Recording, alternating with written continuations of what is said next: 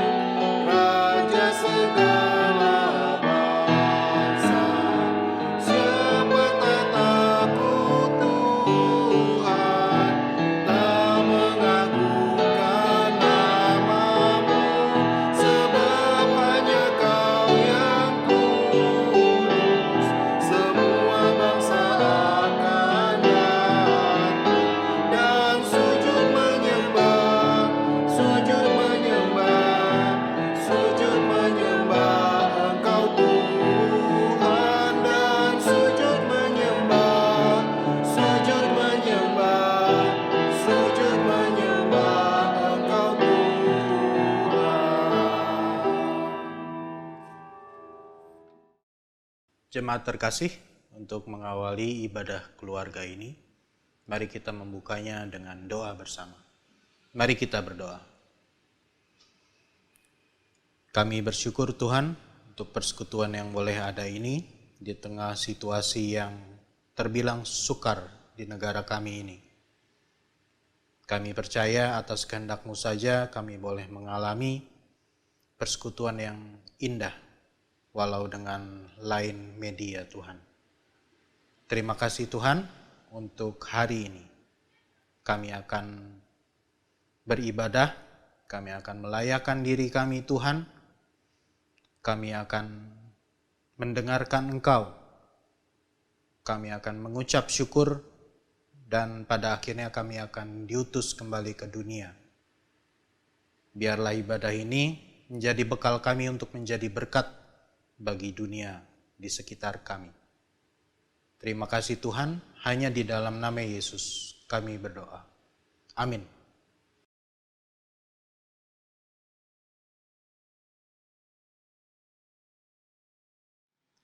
Jemaat terkasih, kita akan memuji Tuhan melalui pembacaan Mazmur yang terambil dari Mazmur 108 ayat 2 sampai 6. Mazmur 108 ayat 2-6 yang berbunyi demikian. Nyanyian Mazmur Daud. Hatiku siap ya Allah, aku mau menyanyi, aku mau bermazmur. Bangunlah hai jiwaku, bangunlah hai gambus dan kecapi. Aku mau membangunkan fajar. Aku mau bersyukur kepadamu di antara bangsa-bangsa, ya Tuhan. Dan aku mau bermazmur bagimu di antara suku-suku bangsa. Sebab kasih-Mu besar mengatasi langit, dan setia-Mu sampai ke awan-awan. Tinggikanlah diri-Mu mengatasi langit, ya Allah. Dan biarlah kemuliaan-Mu mengatasi seluruh bumi.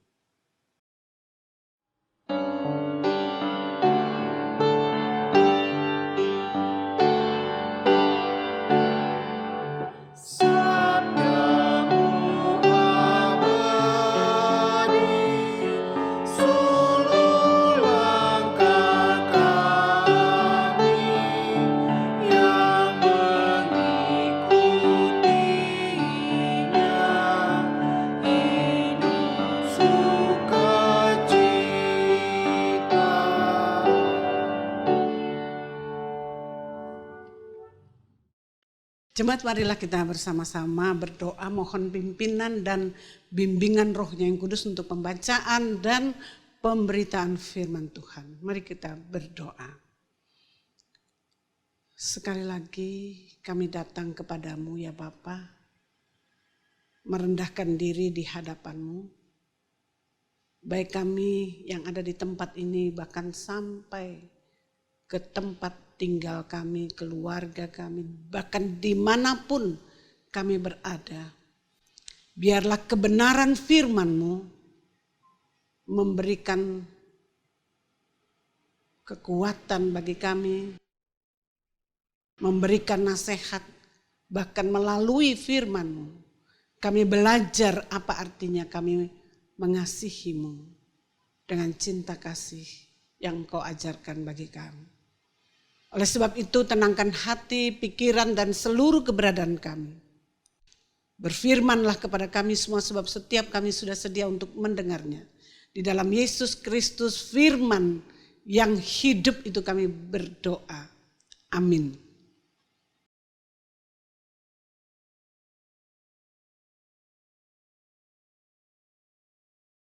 Jemaat terkasih, bacaan Alkitab kita hari ini terambil dari Kidung Agung 2 ayat 16 sampai 17. Kidung Agung 2 ayat 16 sampai 17 yang menyatakan, kekasihku kepunyaanku dan aku kepunyaan dia, yang menggembalakan domba di tengah-tengah bunga bakung. Sebelum angin senja berembus dan bayang-bayang menghilang, kembalilah kekasihku. Berlakulah seperti kijang atau seperti anak rusa. Di atas gunung-gunung tanaman rempah-rempah. Demikianlah pembacaan Alkitab, terpujilah Kristus.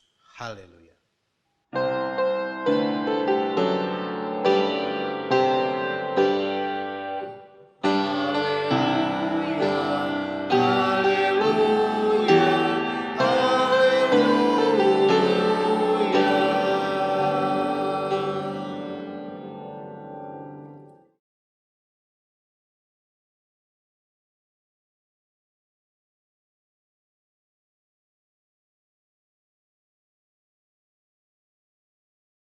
Jemaat yang kasih dalam Yesus Kristus, dimanapun kita berada saat ini, Shalom.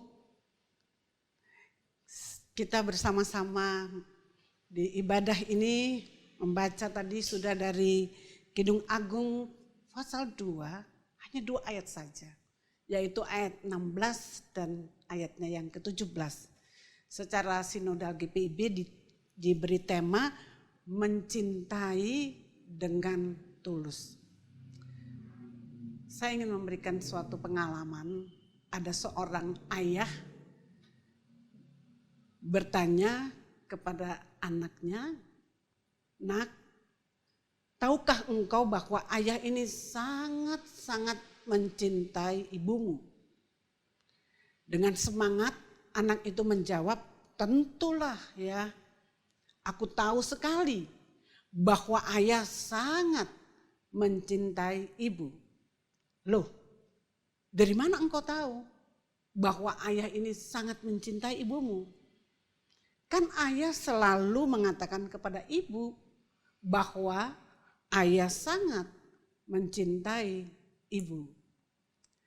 Nah, ayahnya bertanya lagi, bagaimana seandainya ayahmu ini kehilangan suara atau katakanlah bisu? Ya, ayah kan bisa menuliskannya untuk ibu bahwa ayah sangat mencintai ibu. Pikir ayahnya betul juga ya. Ayahnya makin penasaran dan bertanya lebih tajam lagi, bagaimana kalau ayah ini bukan hanya kehilangan suara, tetapi juga kedua tangan ayah sehingga tidak mungkin menuliskan itu kepada ibumu. Anak itu langsung menjawab, aku kan bisa mengatakan kepada ibu bahwa ayah sangat mencintai ibu. Jawab ayahnya, sebentar. Tetapi dari mana engkau tahu bahwa ayahmu ini sangat mencintai ibumu?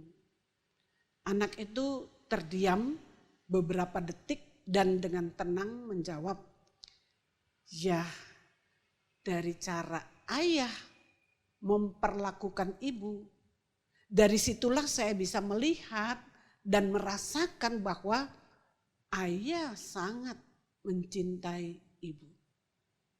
Itu suatu dialog yang luar biasa tentang cinta yang tulus dari seorang ayah kepada ibunya atau dari seorang laki-laki kepada seorang perempuan. Cara saudara memperlakukan pasangan saudara tidak saja mengekspresikan cinta kasih yang tulus dari saudara, tetapi juga mencerminkan karakter kepribadian saudara, terutama mengekspresikan spiritualitas saudara. Jadi cara saudara memperlakukan pasangan saudara dengan cinta yang tulus, baik melalui tutur kata, perbuatan dan tindakan saudara, maka anak-anak kelak akan melihat dan menilai, bahkan keluarga, masyarakat dan orang-orang di sekitar kita akan melihat hal itu dan bahkan juga meneladaninya. Saudara yang kasih dalam Yesus Kristus, keluarga yang berbahagia, sebenarnya ketika kita membaca Kidung Agung, maka ia tidak saja mencerminkan tentang cinta kasih yang tulus antara pria dan wanita, tetapi ia juga mencerminkan cinta kasih antara manusia dengan Tuhan yang ia sembah. Sebenarnya itu yang mau dikatakan di dalam kitab Amsal ini, kitab Kidung Agung ini.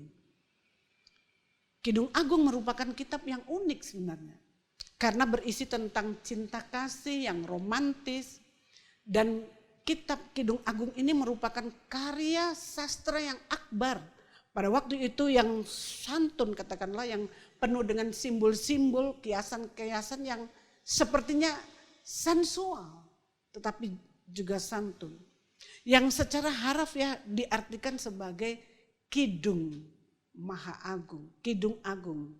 Dalam bahasa Ibrani disebutkan Zir Zirim atau Song of Songs, yang secara harafiah diartikan sebagai nyanyian perkawinan agung dari segala kidung. Kidung pilihan yang paling indah dan romantis. Di dalamnya ada metafora. Metafora artinya pemakaian kata atau kelompok kata bukan dengan arti yang sebenarnya, melainkan sebagai lukisan, sebagai simbol, sebagai kiasan berdasarkan persamaan atau perbandingan, yang melukiskan antara lain tentang perasaan cinta yang mendalam, kekuatan cinta kasih yang tulus, dan keindahan dari cinta kasih yang diekspresikan dengan simbol-simbol tertentu, yang secara harafiah diartikan sebagai Kidung Agung dalam bahasa Ibrani tadi, ya, Shir Hashi Shirim. Nah, karena itu saudara yang kasih dalam Yesus Kristus, kitab Kidung Agung merupakan kitab yang unik karena berisi tentang cinta kasih yang romantis, dan kitab Kidung Agung ini merupakan suatu katakanlah pengalaman juga dari bagaimana ketika kita jatuh cinta, ketika kita membangun cinta kasih antara pria dan wanita. Nah, kekuatan cinta kasih dan keindahan cinta kasih yang diekspresikan tadi dengan simbol-simbol itu kemudian dituliskan dalam suatu karya sastra. Di sisi lain, Kidung Agung ini dianggap kidung perkawinan yang paling romantis yang ditafsirkan sebagai representatif dari hubungan antara Allah dengan umatnya. Atau di dalam perjanjian baru dilihat sebagai hubungan Kristus dan jemaatnya yang ditulis oleh Paulus misalkan di Efesus pasal 5 ayat 22 sampai dengan 33 bahwa cinta kasih Kristus adalah dasar dari hubungan cinta kasih pria dan wanita atau suami istri. Karena itu pertanyaannya sebenarnya adalah bisakah kita memperlakukan pasangan kita seperti kita melakukan itu untuk Tuhan? Bisa nggak kita memperlakukan pasangan kita itu dengan cinta kasih yang tulus seperti kita lakukan itu untuk Tuhan? Wow, saya kira tidak mudah. Mungkin kalau pada perkawinan pertama, kedua, ketiga, atau sampai kelima masih. Tapi begitu di atas 5 tahun, banyak dalam pengalaman saya, dalam pelayanan saya, seringkali baru 2-3 tahun sudah mulai luntur. Yang dulunya setiap hari berbicara tentang cinta kasih, setiap hari diperhatikan, kalau jalan dilihat, dipegang, dan kemudian dilindungi. Tapi begitu sudah bertahun-tahun perkawinan, kalau ada sesuatu, kalau jatuh, matamu di mana? Kadang-kadang kita kasar terhadap pasangan kita. Tidak seperti waktu kita pertama kali membangun cinta kasih. Nah, karena itu relasi yang dibangun di Kidung Agung ini menggambarkan bagaimanakah seorang pasangan itu ketika dia merasakan kehadiran, baik itu laki-laki maupun perempuannya. Di dalam ayat yang kita baca tadi, ya, bagaimanakah digambarkan relasi itu? Seperti dikatakan di dalam bacaan ini bahwa kekasihku ayat 17 ya, ayat 16. Kekasihku kepunyaanku dan aku kepunyaan dia yang menggembalakan domba di tengah-tengah bunga bakung.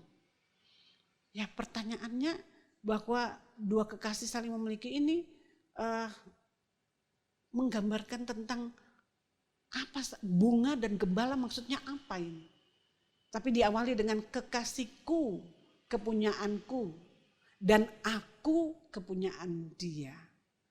Saudara yang kasih dalam Yesus Kristus, jadi kita lihat di sini bahwa relasi yang dibangun menggambarkan bahwa perempuannya atau katakanlah mempelainya itu digambarkan sebagai bunga bakung, atau kita biasa juga menyebutnya dengan bunga lili. Jadi di sini bunga bakung itu biasanya hidup di lembah-lembah, dan bahkan di situ dijelaskan di Fatsal 2 ayat 2, bunga bakung itu ada di antara duri-duri, ya, di lembah-lembah yang curam bahkan, tapi juga ada di antara duri-duri. Tetapi bunga bakung ini mampu bertahan sekalipun berada di wilayah yang ekstrim. Ya. Bunga bakung yang biasa disebut juga bunga lili ini adalah juga sebagai simbol kesucian, kekudusan, sekaligus kekuatan untuk bertahan walaupun berada di antara semak duri. Dikatakan kekasihku kepunyaanku dan aku kepunyaan dia. Saudara, di sini menggambarkan cinta kasih yang saling memiliki, ada rasa saling dua arah, aku dan engkau.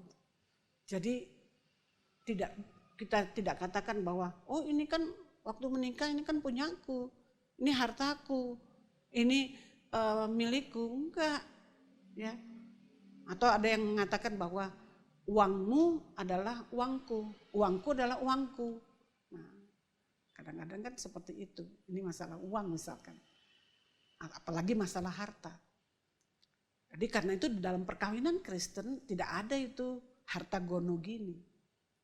Karena menggambarkan bahwa ketika kita menjadi satu sebagai, katakanlah kalau ini diekspresikan dalam ibadah keluarga, suami istri.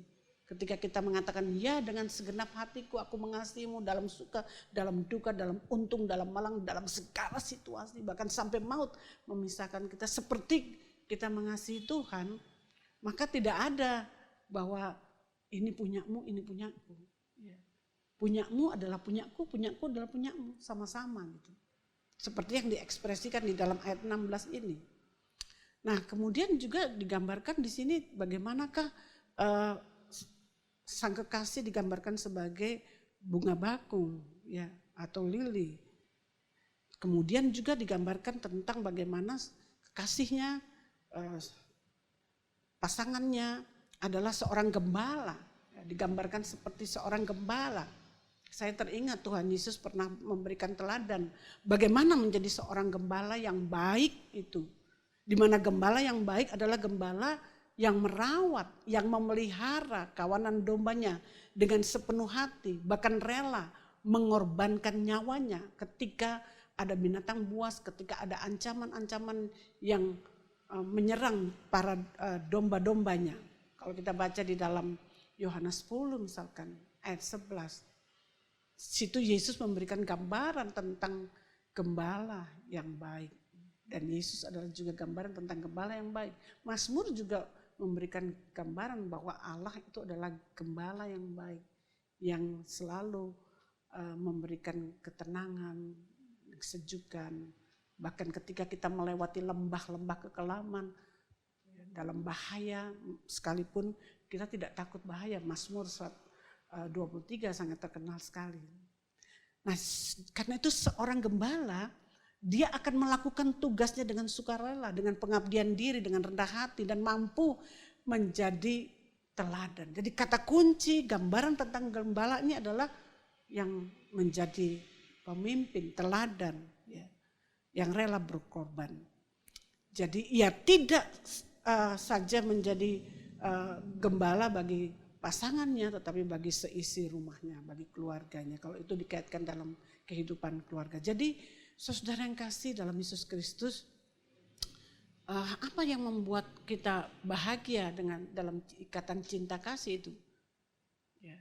Gambaran tentang bunga lili dalam kesuciannya dan gembala tentang kerelaannya berkorban, atau dalam tema kita bagaimana kita mempertahankan cinta kita dengan tulus, dengan penuh kasih.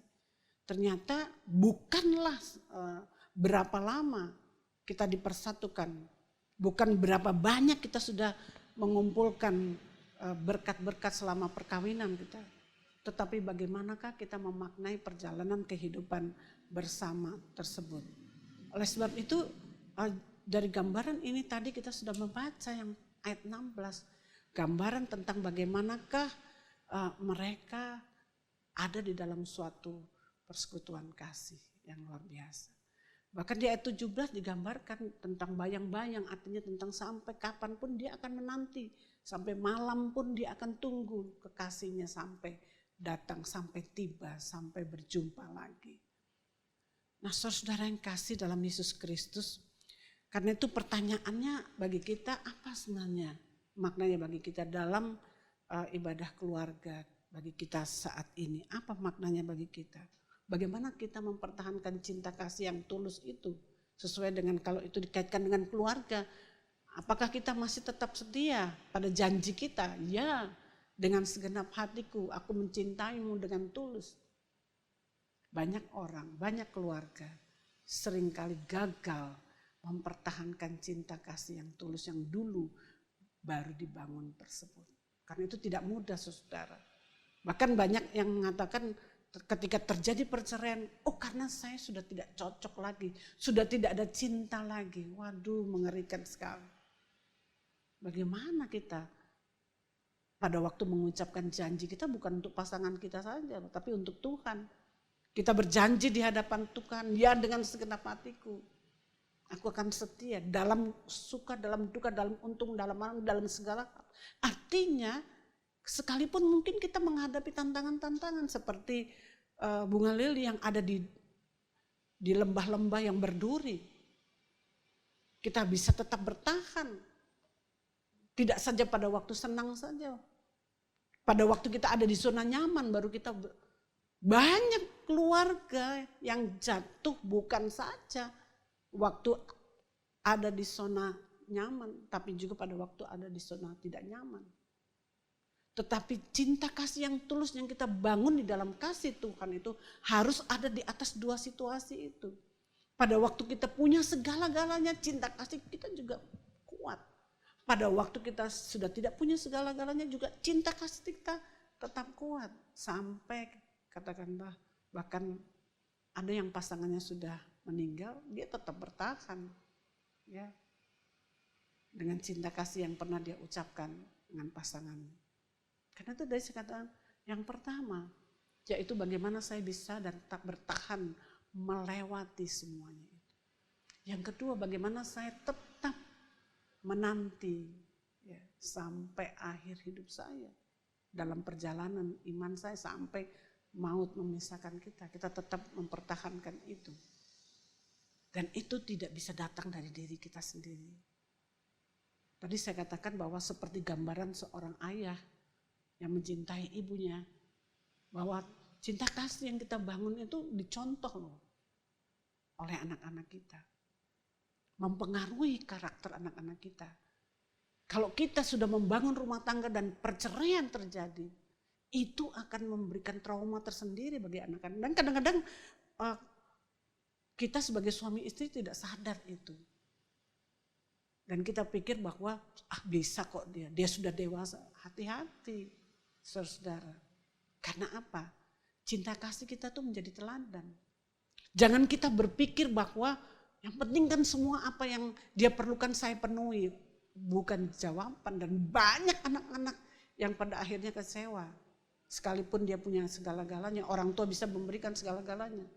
Tapi kalau suami istri selalu hidup dalam pertengkaran, selalu hidup dalam permusuhan, ada kepahitan-kepahitan, ada dendam, ada kebencian, ada kemarahan, ada kata-kata yang kasar yang keluar dari pasangan kita. Hati-hati. Karena apa? Kita bisa menjadi teladan yang buruk bagi generasi berikutnya. Oleh sebab itu, cinta kasih yang tulus yang dibangun itu harus terus diuji sampai maut memisahkan kita. Saya teringat ada seorang oma ya, temannya itu datang ke rumahnya, datang bertandang itu, sudah umurnya 60-70 tahun lah mereka.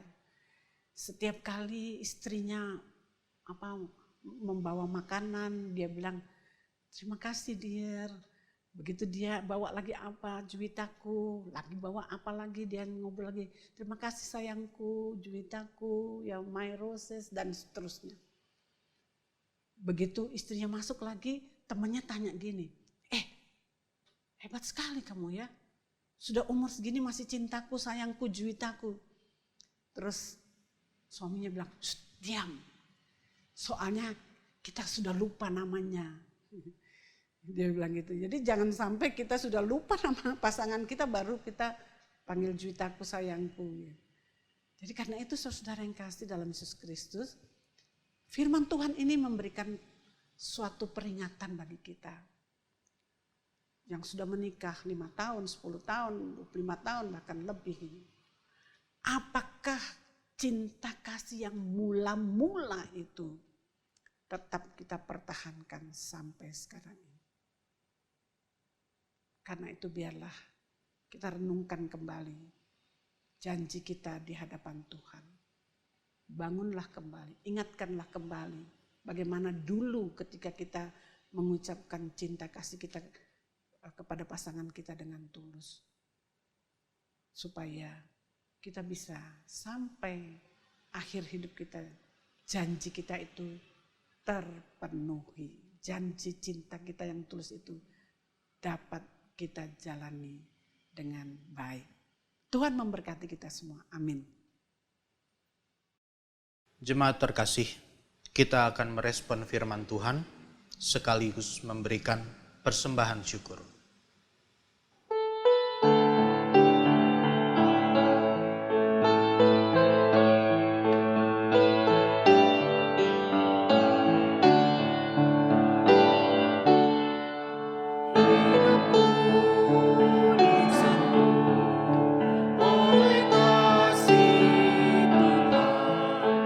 Dengan cara ajaib ku disembuhkan.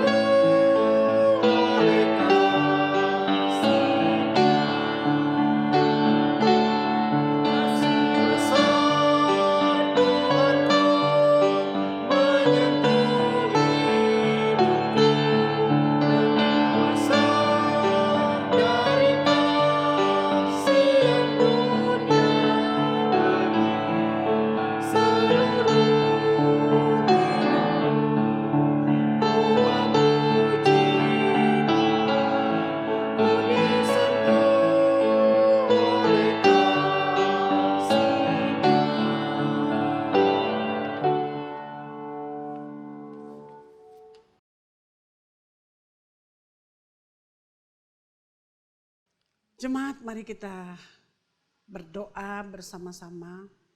Kalau seandainya saudara mendengarkan firman Tuhan ini dengan pasangan saudara, coba pegang tanganmu. Peluk pasanganmu, anak-anakmu, ya. Jangan sampai kita bilang, waduh nggak pernah nih, sudah 20 tahun nggak pernah dipeluk, waduh bahaya itu. Ya, coba kita sama-sama genggam tangan pasanganmu, kita berdoa bersama-sama. Allah Bapa kami yang kekasih di dalam Yesus Kristus. Kami bersyukur kami boleh mendengarkan kebenaran firman-Mu yang mengingatkan kembali kepada kami. Bagaimanakah kami yang pernah membangun cinta kasih yang tulus itu di awal perjumpaan sampai saat ini. Kami menyadari ya Bapa dalam kehidupan bersama. Terkadang kami melewati tantangan-tantangan duri-duri di dalam kehidupan keluarga kami, rumah tangga kami. Terkadang kami tidak bisa menjadi gembala yang baik, yang merawat keluarga kami, yang memberikan rasa aman, yang melindungi, yang rela berkorban. Tuhan Yesus Kristus, saat kami menggenggam pasangan kami, biarlah kami ingat kembali bagaimana ketika kami mengucapkan janji-janji setia kami. Dalam suka, dalam duka, dalam untung, dalam malang, dalam segala situasi. Sampai maut memisahkan.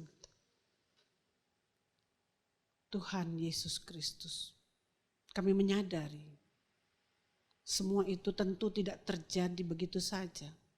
Ada satu proses perjalanan yang tidak mudah yang harus kami lewati. Tetapi tolonglah kami Tuhan lewat firman Tuhan ini. Supaya kami memperbaharui kembali cara kami memperlakukan pasangan kami. Cara kami bertutur kata kepada pasangan kami. Cara kami membangun cinta kasih kepada pasangan kami. Yang mungkin selama dalam perjalanan ini makin hari makin luntur. Makin hari makin tenggelam. Makin hari makin penuh dengan onak duri, semak duri yang menakutkan. Oleh sebab itu ya Tuhan Yesus Kristus, apapun keberadaan kami, biarlah kami belajar mencintai, mengasihi apa adanya pasangan kami. Belajar untuk mengampuni, belajar untuk menerima kekurangan dan kelebihannya. Belajar untuk terus menjaga kekudusan perkawinan yang dibangun dalam kehidupan keluarga, rumah tangga kami. Karena itu Tuhan kami pertaruhkan keluarga-keluarga dimanapun mereka berada saat ini yang sedang beribadah di keluarga, di rumah kami masing-masing. Atau mungkin di tempat kerja kami atau dimanapun kami berada. Biarlah firman Tuhan memberikan kekuatan bagi kami untuk membangun kembali ikatan cinta kasih yang selama ini hampir pudar. Tidak ada yang tidak mungkin, tidak ada yang mustahil. Kalau kami sungguh-sungguh mengandalkan Tuhan, berserah kepadamu. Karena tidak ada karakter yang tidak bisa diperbaiki, tidak ada perilaku yang tidak bisa dirubah. Ketika kami dengan kerendahan hati minta kepadamu untuk menjadi seorang pasangan yang lebih baik, lebih bertanggung jawab, lebih rendah hati, lebih mengasihi. Tuhan yang baik, yang penuh kasih. Karena itu kami pertaruhkan juga pelayanan yang dilakukan di tengah-tengah gerejamu ini Tuhan. Bagi keluarga lepas keluarga, jemaatmu dimanapun mereka berada. Sebagai suami, biarlah kami juga suami yang bertanggung jawab bagi anak cucu kami. Sebagai istri pun, sebagai anak-anak, biarlah kami juga menghormati orang tua kami. Biar kami belajar bagaimana cinta kasih yang ditanamkan oleh orang tua itu akan menjadi bagian dalam kehidupan kami di masa-masa yang akan datang. Kami berdoa juga Tuhan untuk pelayanan bagi kami hamba-Mu, bergandeng tangan dengan penatua diakan, komisi-komisi, unit-unit misioner, panitia-panitia, pegawai, dan terutama tim multimedia, sound system. Tuhan Kau berkati semua pelayanan yang dilakukan. Biarlah kami juga lakukan itu dalam cinta kasih seperti kami lakukan untuk Tuhan. Maka itu akan menjadi berkat bagi banyak orang. Terima kasih ya Bapa. Kami teringat untuk begitu banyak saat ini keluarga-keluarga yang mengalami penderitaan, yang sakit di rumah sakit, yang walaupun sakit tetap hadir dan beribadah saat ini. Walaupun hamba-Mu tidak bisa melihatnya karena dibatasi oleh ruang waktu dan jarak, tetapi kuasa-Mu menembus sampai ke tempat di mana kami ada. Tuhan jamah, Tuhan pulihkan, Tuhan sembuhkan dengan cinta kasih-Mu itu ya Bapa. Dan kami serahkan mereka semua ke dalam tangan pengasihan. Inilah doa, harapan, penyerahan diri, rasa syukur kami bersama-sama. Supaya kami layak Engkau dengar dan Engkau jawab. Ampunkanlah segala dosa dan kesalahan kami Tuhan. Yang kami buat, yang tidak sesuai dengan kehendak-Mu. Tidak ada kata terlambat bagi anak-anak-Mu ya Tuhan. Tangan kasih Tuhan selalu terbuka menanti kami untuk mengalami pemulihan di dalam membangun, mempertahankan kehidupan rumah tangga kami. Tuhan yang baik, yang penuh kasih, ampunkanlah juga selama ini kami tidak bisa menjadi teladan yang baik untuk pasangan kami, untuk anak-anak kami. Bahkan kami meninggalkan trauma-trauma, kepahitan di dalam kehidupan generasi kami berikutnya. Tuhan tolong kami, ampuni kami, perbaharuilah kami sesuai dengan kebenaran firman. Karena itu dalam kasih Tuhan Yesus Kristus, kepala atas rumah tangga itu, yang telah mengajar kami berdoa.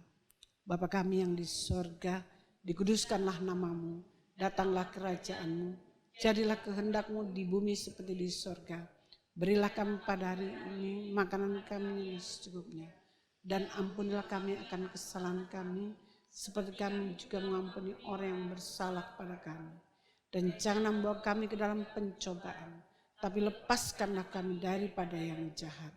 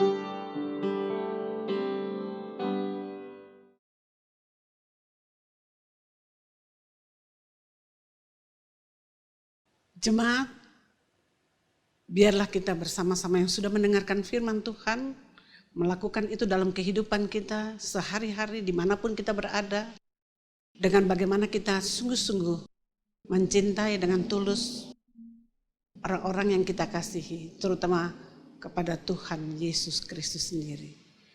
Tuhan memberkati kita semua.